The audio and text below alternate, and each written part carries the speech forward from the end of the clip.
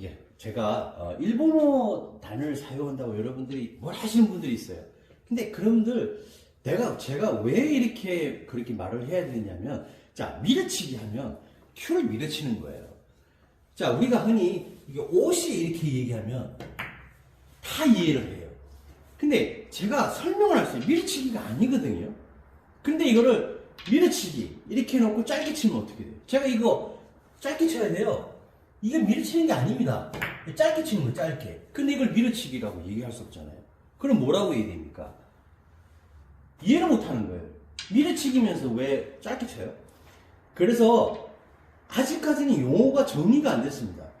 이거 우리 이렇게 치는 거를 우리나라 말로 정해주세요. 그러면 뭐라 치라고 얘기할 거예요.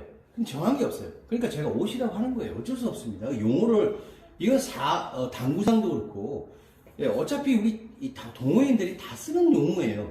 제가 설명하기 위해서 이해를 시키는 게 중요한 거예요, 지금. 이해를 시키기 위해서 일본어를 사용할 수밖에 없는 거예요, 일본 용어를요.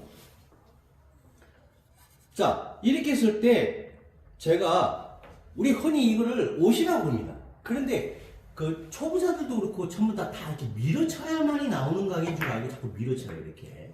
그런데, 여러분들 잘 아셔야 돼요.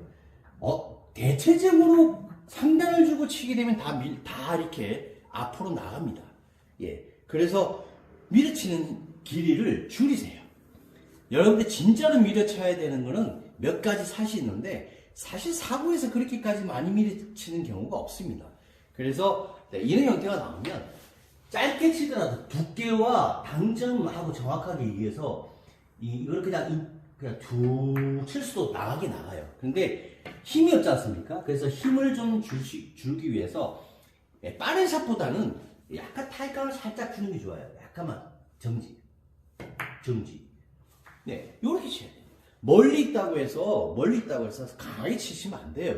제일 목적구와 이렇게 수구와 거리가 멀면 훨씬 더 밀어쳤다가는 정확성이 없어집니다. 훨씬 더 정확성이 없어져요. 그래서 짧게 해서 정확성을 기해야 되는 거예요. 정확성. 짧게 치세요. 짧게 치시는 게 좋습니다. 예. 정지샷만 정확하게 주시고 정지만 딱 주면 짧게 탕 치게 되면 예.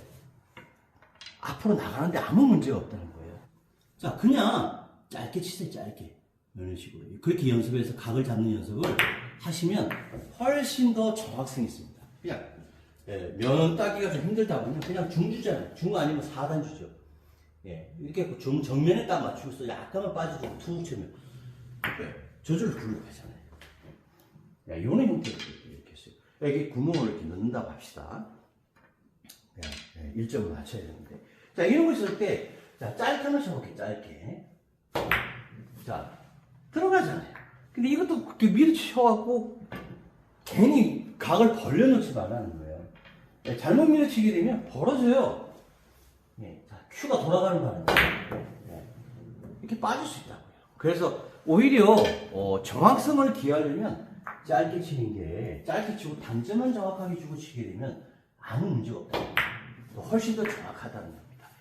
여러분들 직접 당구장에 연습해 보시면 제 말이 맞다는 걸 알 수 있습니다. 여기까지 하겠습니다.